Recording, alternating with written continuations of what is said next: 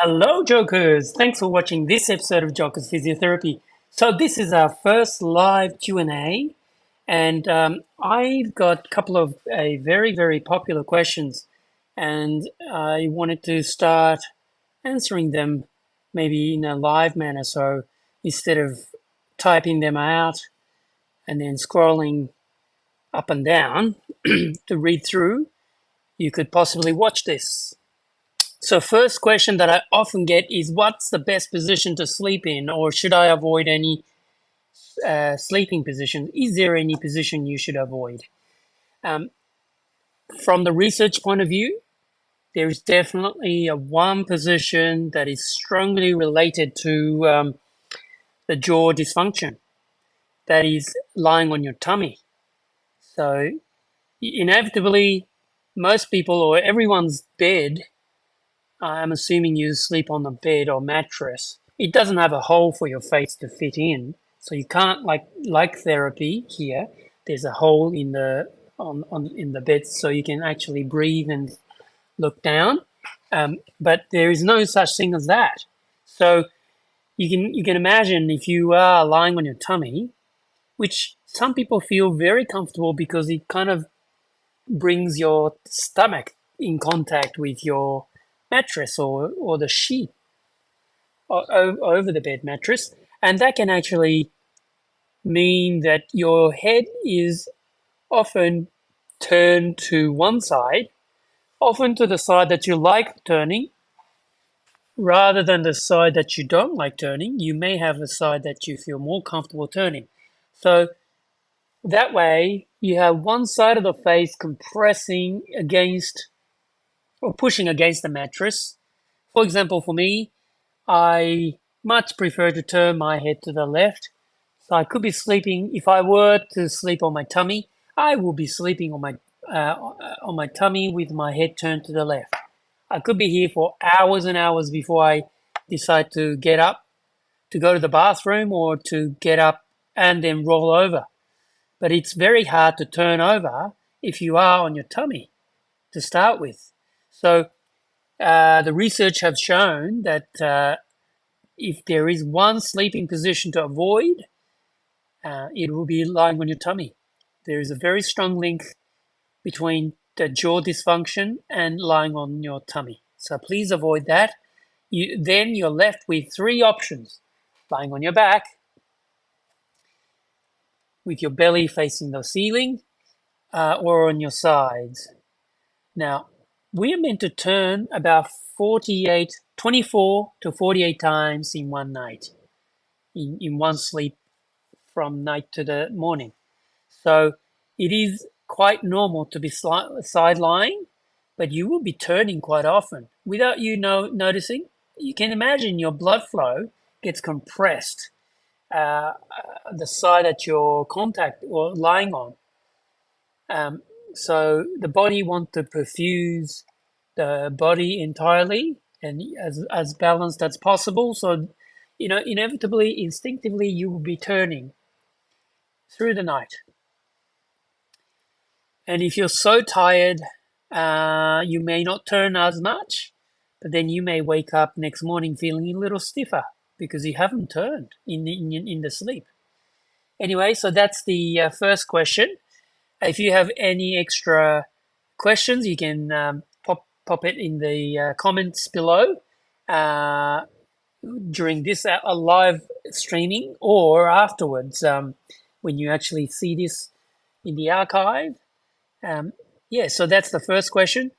The next very common question I get in the comments for people who's watched my videos is that one side of the face look a bit crooked or something like that.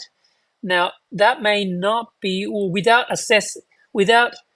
individualized assessment, it's very hard to say whether it is the jaw that's causing that crookedness, um, or is actually something else, like your facial bone, which is a zygomatic bone, the facial bone, which is not part of the jaw joint, by the way.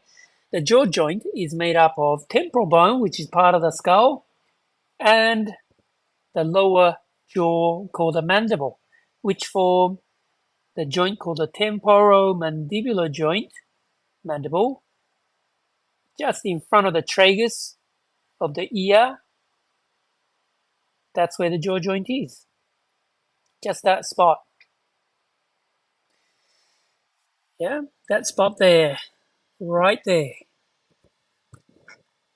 Okay, so that's where the joint is formed, formerly called the temporomandibular joint, or TMJ, or people call it as jaw joint. You have a pair of them. It's a very, very peculiar and special joint, a pair of joints, because you have two temporal bones, a pair of temporal bones with one piece of mandible with two, what we call the condyles, and so one, two, three bone form two joints. Usually, joint is formed between one joint is formed between a bone and a bone.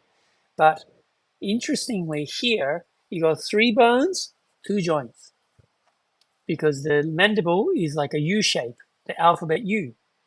So whatever happens, what if there is one joint that is dysfunctioning, like clicking or pain, then most certainly the other side would have, maybe you have maybe you have symptom or may not, but it is still possibly dysfunctioning or getting affected from the other side being dysfunctioning or paining. So in treatment and the rehabilitation, you definitely need to treat both joints. Obviously, you start with the side that's symptomatic, especially prioritizing the pain first, but then later on, as pain subsides, then you start looking at the function, such as being able to chew harder food or crispy food, um, like meat, chewy, or bread, chewy, or crispy, like salads, celery, dry plum in some Asian countries, uh, or even Mentos or ice cube. Oh, that's dangerous, the ice cube. You got to be very, very careful with ice cube, not to bite with the back teeth. Yeah.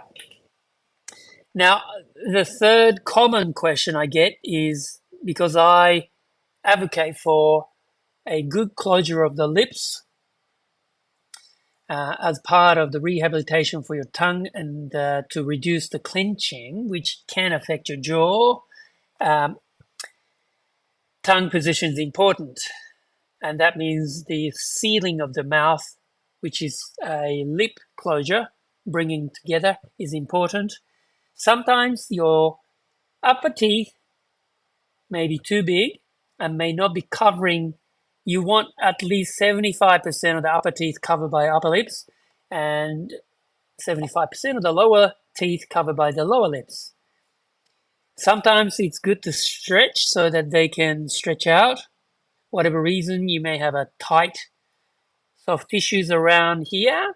You may want to do some stretching, or weak uh, around the lip muscles, and that causes poor closure of the lips, which keeps your oral cavity nice and sealed in a negative pressure, which helps to keep the tongue on the roof of your mouth, which keeps your mouth moist, which is very important to avoid what we call dry mouth, called a xerostomia, because there's xerostomia, or dry mouth, can trigger more clenching. Yes, but uh, so is it the teeth are too big, especially upper teeth are too big, then it's definitely a dental problem. So you need to definitely speak to the dentist. If it's the lower teeth, or if it's just simply tight, soft tissues around here or around here, then strengthening the muscles of the lips that closes the lips, exercises that I have other videos for that in my archives. You are welcome to have a look at them. There are four series of four in a row. I can put the links after when we finish the live streaming on this comments below, this descriptions part below.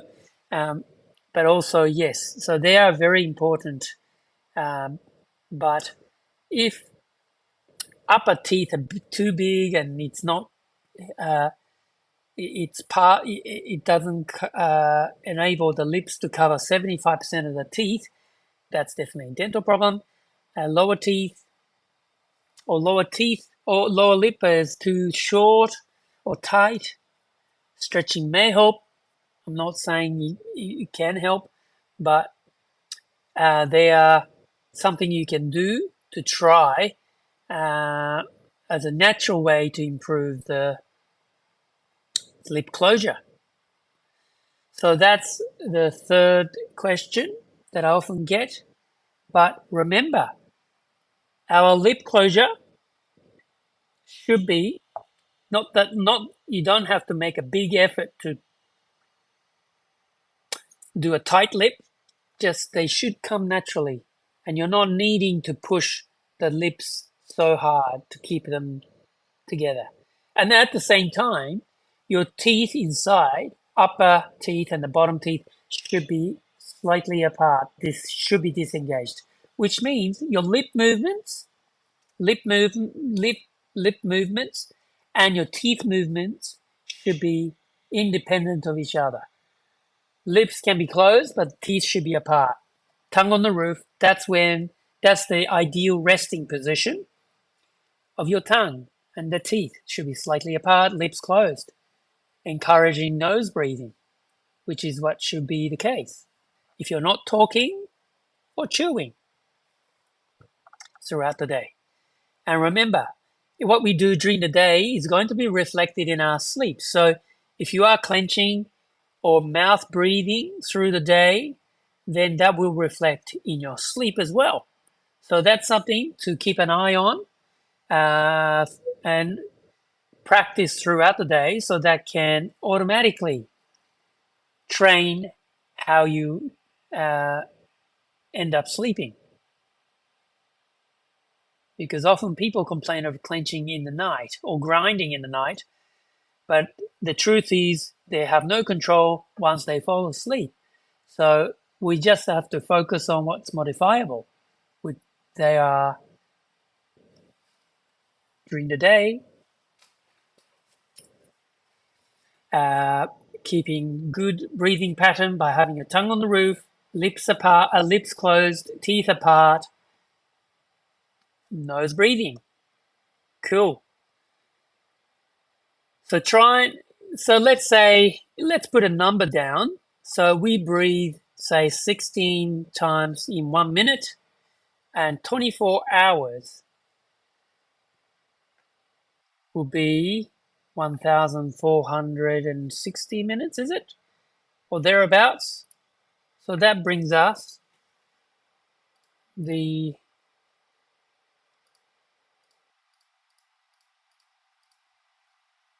23,000 breaths in any given 24 hours. Yeah? So in 24 hours, we probably are breathing about 23,000 times. And let's say we are awake for six, seven,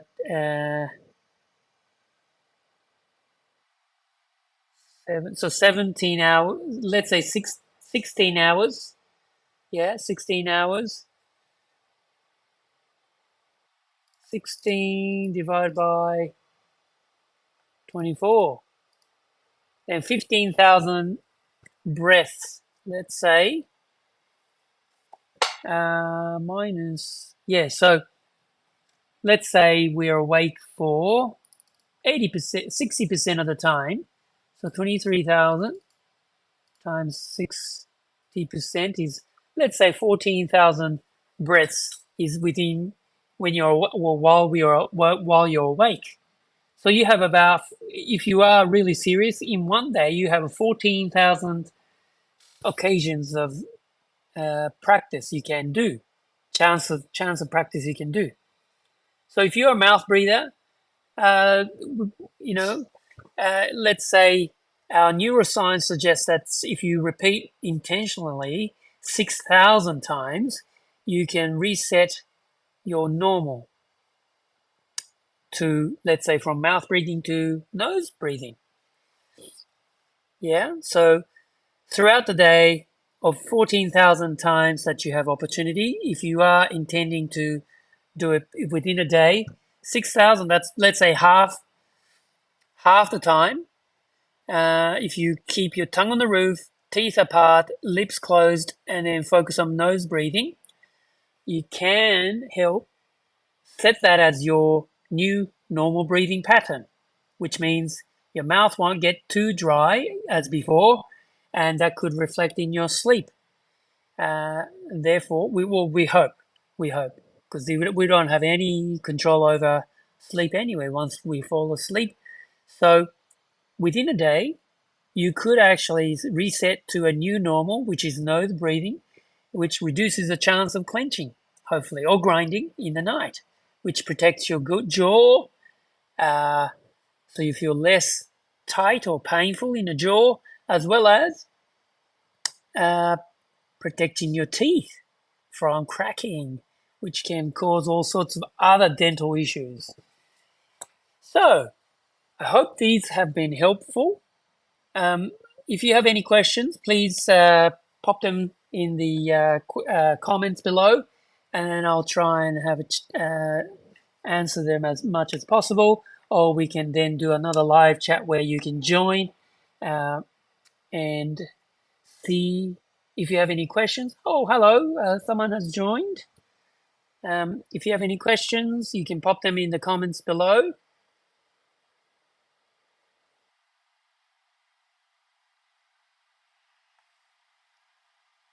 Great,